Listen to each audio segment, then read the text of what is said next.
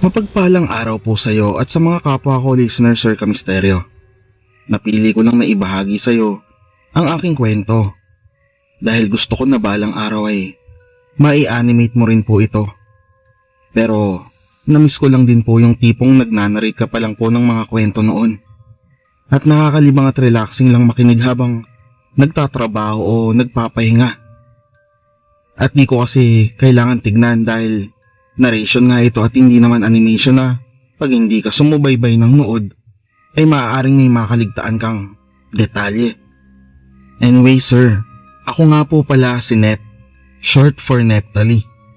Taga Timog Luzon po kami at di ko na po babanggitin kung saan sa katimugan ng Luzon para iwas na lamang po sa mga maaaring maging di magandang komento ukol sa lugar.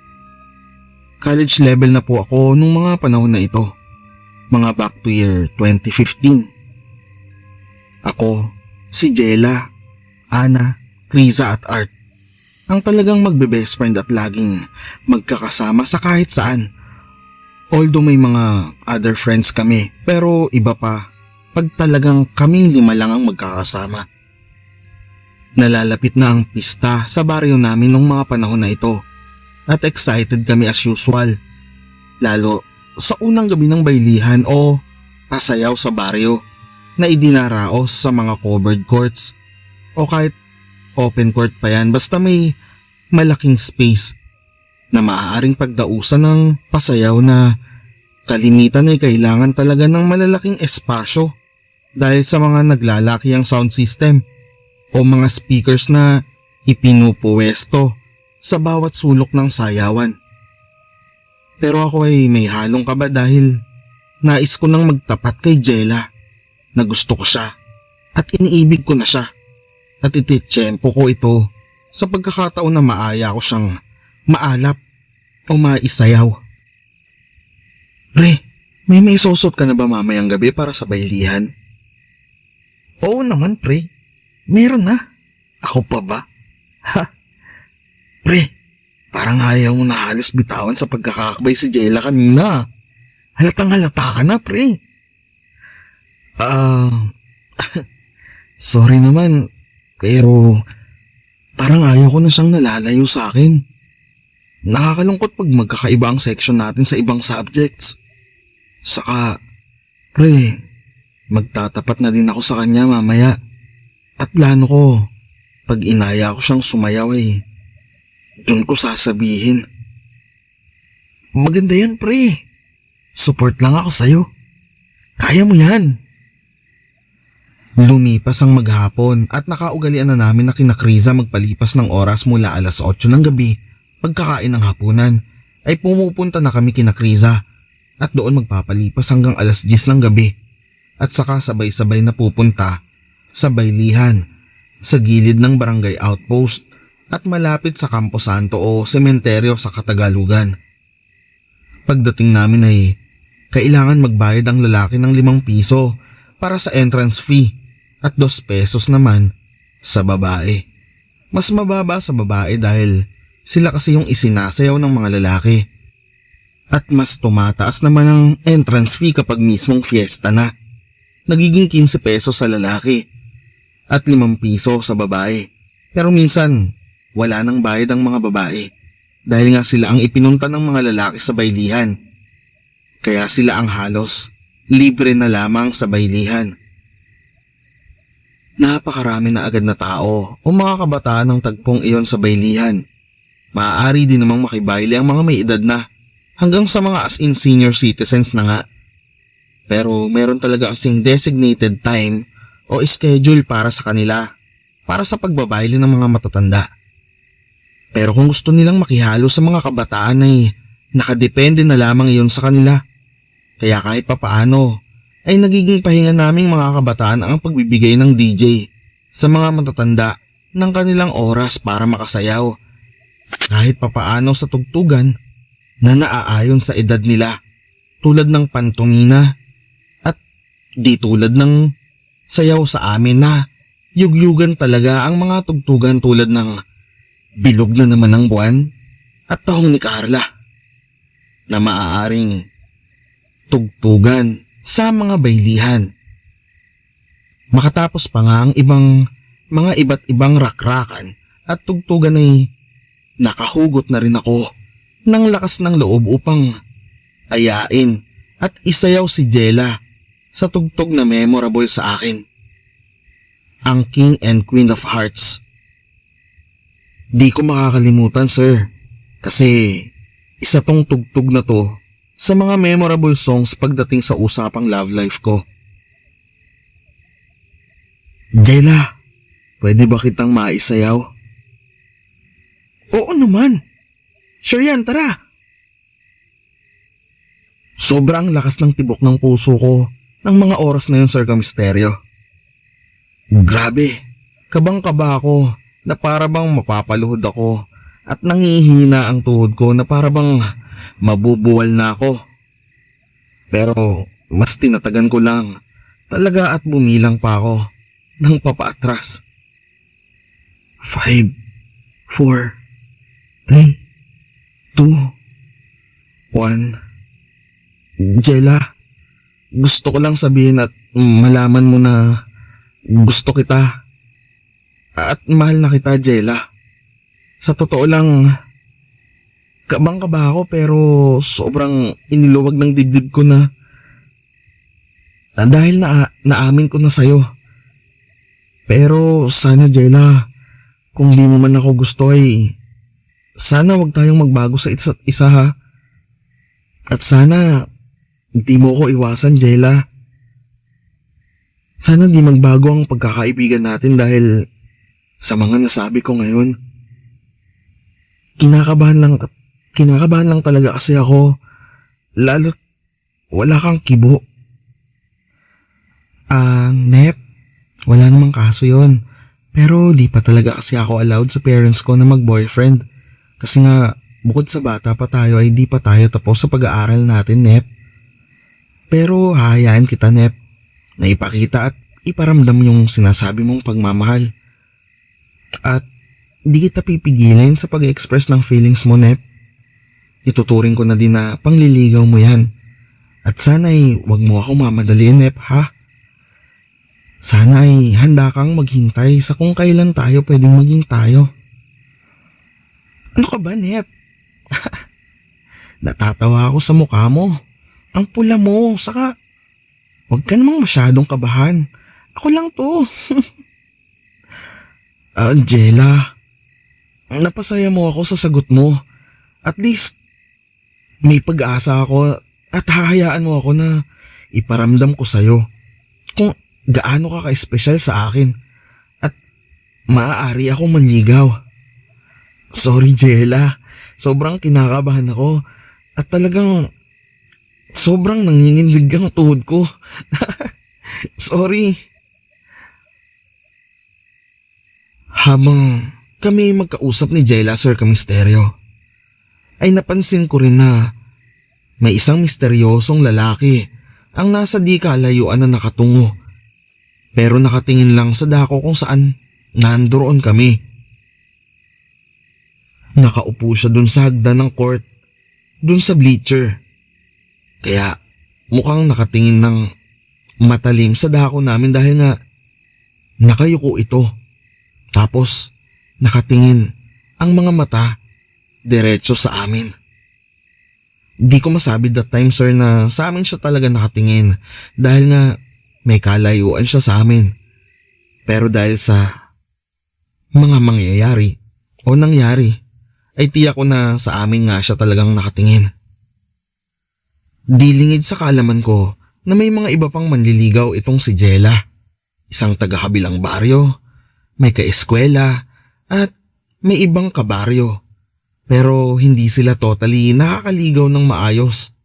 Puros paramdam lang dahil mga wala naman talaga kasing silang lakas pumanik ng ligaw sa bahay mismo nila Jella. Mga takot po, sir, sa magulang ni Jella. Para sa akin po kasi, ako po ay may lamang sa kanila. Kasi elementary pa lamang po ay talagang laman na ako ng bahay nila Jella.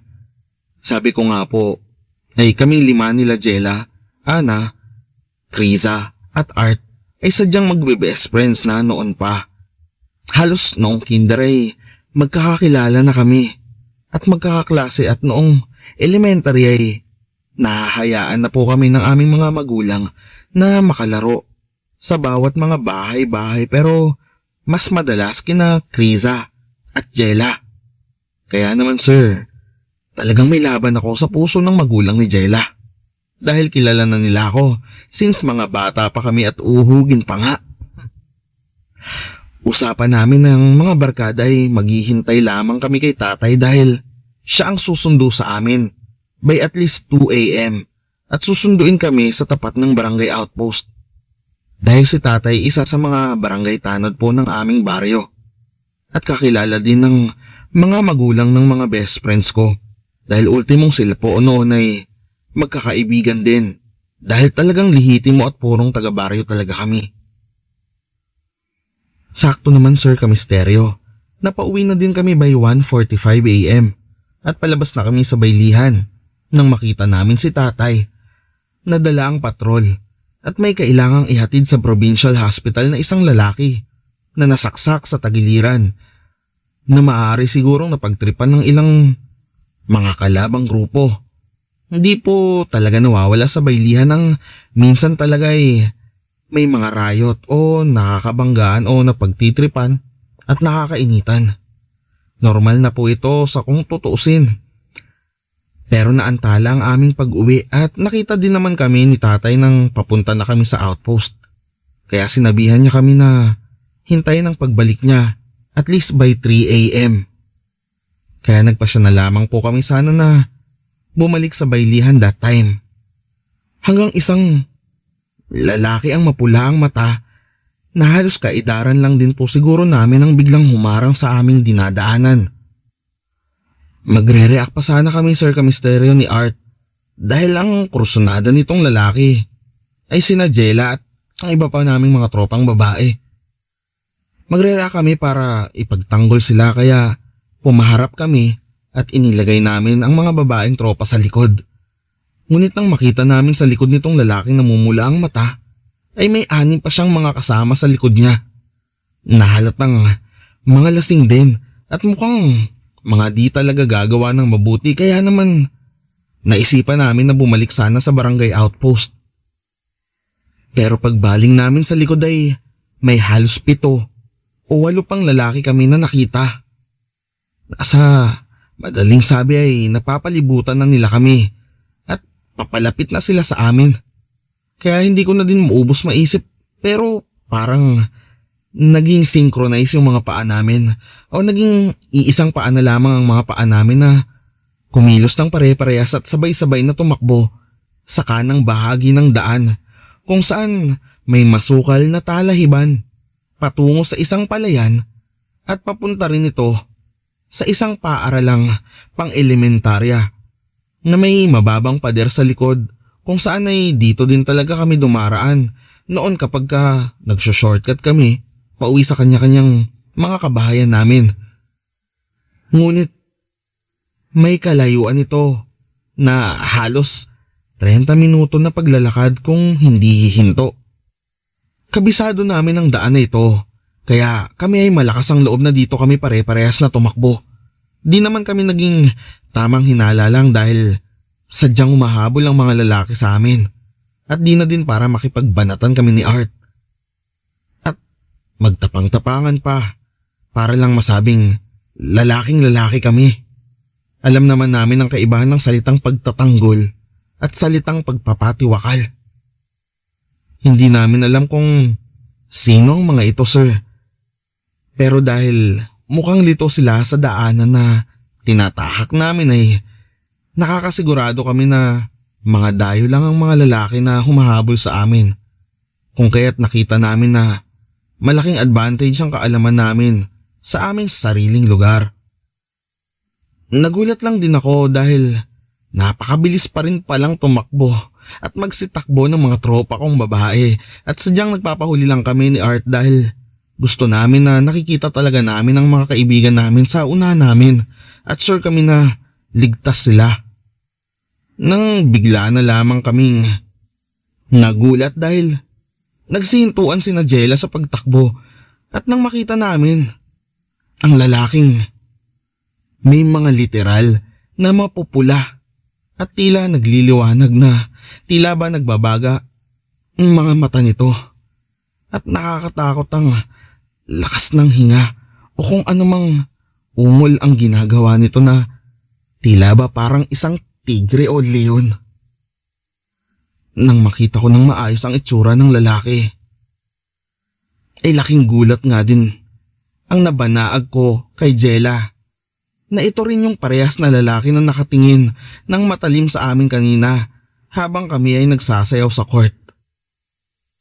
Mamaya ay malalaman ninyo ang isa pang revelasyon tungkol sa lalaking ito na walang duda ay aswang dahil sa kanyang katangian bukod sa hindi nga lang ito masangsang o mabaho na karaniwan ay naririnig natin sa mga kwentong patungkol sa mga aswang. Hinarangan kami ng lalaking mapula ang mata, hindi para kami ay salakayin o tambangan o atakihin, kundi masasabi kong para kami ay mailayo sa kapahamakan. Dahil nga humarang ito sa daan, ay napahinto kaming bigla na nagdulot sa amin ng pagkaantala sa aming pagtakbo na maaaring naging mapanganib pala para sana sa amin kung napadali kami ng pagdating sa bukana ng gate ng school. Ganto kasi ang nangyari, Sir Kamisteryo. Bago namin nakita itong aswang, ay nakapasok at nakatalon na kami sa mababang pader. Actually di siya mababa. Sadyang mataas lang yung lupa sa kabilang side ng pader kung saan pag nakatungtong ka sa labas ng pader na bakod ay hanggang tuhod lang ang pader.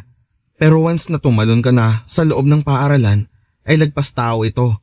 Kaya kung dumadaan kami doon, noon ay nauuna kaming mga lalaki para may aalalay sa mga babae sa pagbaba nila. Nasa kalahati na kami ng garden ng school palibot papunta sa gate 3 ng school.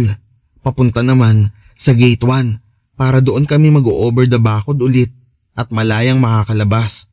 At doon ay may mga malalapit na nakabahayan at may malapit kaming maaaring maging ligtas na mapapasukan na property, which is yung bahay ng Tia Linda ko na lagi lang nakabukas ang bakuran dahil dalawa ang kanilang gate. Para sa pinaparadang mga jeep na kanilang pinapapasada sa mga gustong bumiyahe. Kaya doon ko sila minindset noon. Noon pa lang kasi, Sir Kamisteryo, ay talagang ipinaalam ko na kay Tia Linda na kung magkakaroon ng kagipitan ay maaari ba or makikitago kami sa bakuran nila na okay lang din naman daw sa kanya. Ngunit bago pa nga kami makarating sa gate 1 o sa main gate ng school, ay naharangan na nga kami ng aswang na lalaki na agad rin naman na tumalon ng napakataas pagkatapos namin na umiba ng tinatahak na ruta ng takbo. At mula nga sa gate 3 ay tinahak namin ang daan patungong gate 2 kung saan maaari ulit kaming mag-over the bakod papunta sa palayan dahil nandoon ang playground na nagagawa naming tungtungan papanik sa pader ng bakuran. May mababang kalupaan o sahig sa kabilang side nito kung saan malapit din sa dinaanan namin papasok kanina lang. Nang kami nga ay malihis ng tinatahak na daan dahil sa aswang ay tahimik namin na tinahak ang ibang daanan at dahil maiingay ang mga kalalakihan na humahabol sa amin ay dinig na dinig namin na tinungo nila ang daan na dapat ay tatahakin namin kung di lang kami hinarangan ng aswang. Bahagya kami na huminto saglit kung saan maaari kaming makita ng mga lalaki kung sila ay lilingon pa kanan dahil saktong classroom ang tinatahak namin at sarado ang mga pintuan kung kaya't di kami basta-basta maaaring pumasok dito dahil kung gayon ay lalangit-ngit ang pintuan ito at mas maaaring makorner nila kami sa loob ng classroom. Kung kaya't nabilang pa nga namin kung kumpleto silang lahat. Walang labis at walang kulang, Sir Kamisteryo. Kumpleto talaga ang humahabol sa amin. Ngunit ang pinakakinabahan kami at nagtaka kami ay nung huminto itong dalawang nasa hulihang lalaki Tumingin pa nga sa kinaroroonan namin kung saan kitang-kita kami talaga at di pa naman kami masyadong malayo. Pero ang nakakapagtaka po, Sir Kamisteryo, ay tila invisible kami sa mga mata nila na di nila kami nakikita at tuluyan na nga silang tumakbo papunta sa gate 3. Nagkatingin na lamang kami sa pagtataka at sa sobrang nerbiyos, lalo at nakita pa namin na halos lahat ng mga lalaki na humahabol sa amin, Sir Kamisteryo, ay may mga dalang patalim. Nang magpapasya na nga kami dumiretso sa gate 2, ay nagulat naman kami nang may mga nagsidaingan sa sakit doon sa lugar na tinahak ng mga lalaki. At talagang umaatungal ang mga ito na tila ba binubugbog at pinapahirapan. Kaya naman, dahan-dahan akong bumalik upang tingnan ko at makita ko nga kung ano iyon, habang si Art naman ay naiwang nagbabantay sa mga babaeng tropa. Nang laking gulat ko nga, Sir Kamisteryo, na may mga bandido sa paaralan. Alam na alam ko ang itsura nila dahil di naman na sila bago sa akin. Kung sila ay bumababa mula sa bundok na kanilang pinagtataguan, ay mapayapa naman ang mga ito sa mga sibilyan na minsan kung may maaabutang gising ay magbibigay o mag-aabot lamang ang mga ito ng maaaring palanggana o bayong, senyales na ikaw na ang bahala sa mga gusto mo o maaari mong ilagay dito tulad ng bigas, delata, noodles o kung ano man na maaari mong maibahagi sa kanila. Minsan, sila ay nanguhuli ng mga ilang-ilang manok o alagang hayop. Pero di naman nila ito uubusin. At least isa, dalawa lang kada kabahayan at bago magbukang liwayway ay papanik na sila muli sa kabundukan o kung saan man sila nakatalagang pumunta o magtungo. Gulat na gulat din po ako sa naging sitwasyon ng mga sangganong lalaki na humahabol sa amin. At nakatapat nga talaga sila ng kanilang mga makakatapat. Mga bandidong nagtatago sa bundok na di isang-ayon sa pamamalakad ng ating gobyerno. Pasok na pasok nga po sa kanila ang kasabihang makakatagpo rin kayo ng katapat ninyo at di laging kayo ang nang-aargapyado. Ayan po, sir, nakahanap na nga po talaga sila ng katapat nila. At pihado ko sila din ang sumaksak doon sa lalaki na isinugod ni na tatay sa provincial hospital kung kaya't naantala kami sa pag-uwi. Dahil kung tutuusin ay uuwi na lang sana kami ng maayos pagpatak ng 2:00. Dahil kung tutuusin nga maaga pa nga sana kaming papunta sa barangay outpost. Dali-dali na tinawag ko rin ng mga tropa para masaksihan nila ang nangyayari. Sabay bulong na magdahan-dahan sila sa paglapit. At ikinagulat din talaga nilang lahat ang mga pangyayari na nagaganap ng mga oras na iyon. Dahil takot na din nga kami sa sitwasyon at baka makita din kami ng mga bandido, ay tuluyan na din nga kami na sa gate na lamang dumaan at bumalik patungo ulit sa barangay outpost at umaasa na nandoon na din si tatay at maaari na din kaming maihatid. Pati na rin ang mga tropa sa kanya-kanyang mga bahay nila at ako din yayayain ko na din sana si tatay na umuwi para malahad ko sa kanya ang lahat-lahat. Natatakot din po kasi ako, Sir Kamisteryo, na baka magkagulo sa baylihan dahil sa mga bandido.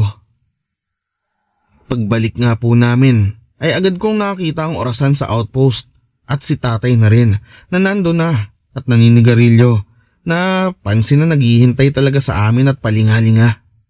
Ang oras ay 3:15 na. Naturalmente, Sir Kamisteryo, ay nagtanong si tatay kung saan pa kami nang galing. Pero isip lang daw niya baka bumalik lang kami muli sa baylihan kaya't naghintay na lamang siya sa amin. Pero hindi na kami masyadong nakapagkwento sa harap ng outpost. Gawa din po ng maingay ang mga tugtugan sa baylihan. Kaya sa daan na lamang pauwi namin nabanggit at naikwento kay tatay ang mga dinanas namin sa loob ng halos 1 oras. Na di na rin naman ikinagulat ni tatay, pero medyo alanganin siya na maniwala dun sa lalaking may mapulang mata. Pero sabi niya din naman ng pabiro ay maraming salamat sa kanya kung ganon. Abay, mabait na aswang umano at biro pa ni tatay na baka naman daw nobyo iyon ng isa sa mga tropang babae.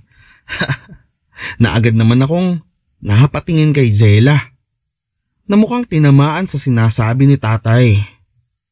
Kaya nagsalita din ito na, "Actually po, Tio Mar, manliligaw ko po iyon.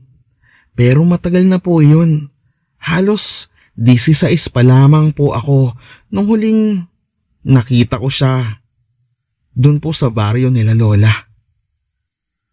8 baryo ang halos layo mula sa baryo namin, Sir Kamisteryo, papunta sa baryo ng lola ni Jella. At itong lalaking aswang na manliligaw na nagligtas sa amin ay taga doon sa malayong baryo kung saan nakatira ang lola ni Jella. At napapasyal po si Jella dahil nga may mga pagkakataon na nakakapagbakasyon siya doon sa kamag-anak nila. Pero ever since daw po ay di na niya ito nakita pang muli. At ngayon na magde-18 na si Jella ay lumitaw na nga sa baylihan.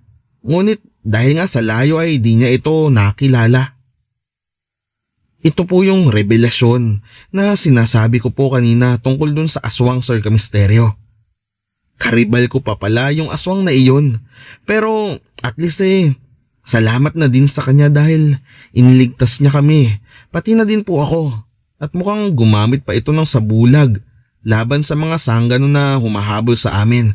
Kung kaya't di kami nakita ng 2 sa mga ito nung lumingon ng mga ito sa dako sa kinapupwestuhan po namin. Agad din po na bumalik si tatay sa outpost dahil ang impormasyon daw po na nalalaman niya mula sa amin patungkol sa mga bandido na nasa eskwelahan ay hindi niya daw po maaaring ipagsawalang bahala o iliham sa mga taga-outpost at kailangan mai-report sa kapulisan.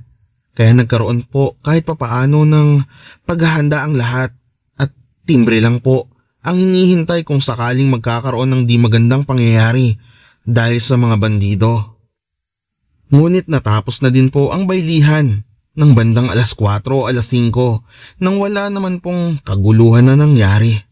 Bukod sa mga kwento namin tungkol sa humabol sa amin na nakumpirma naman sa CCTV at mga bandido sa loob ng paaralan, ay wala na pong iba pang binanggit si tatay sa barangay at kapulisan bago mag-check ang mga ito sa paaralan.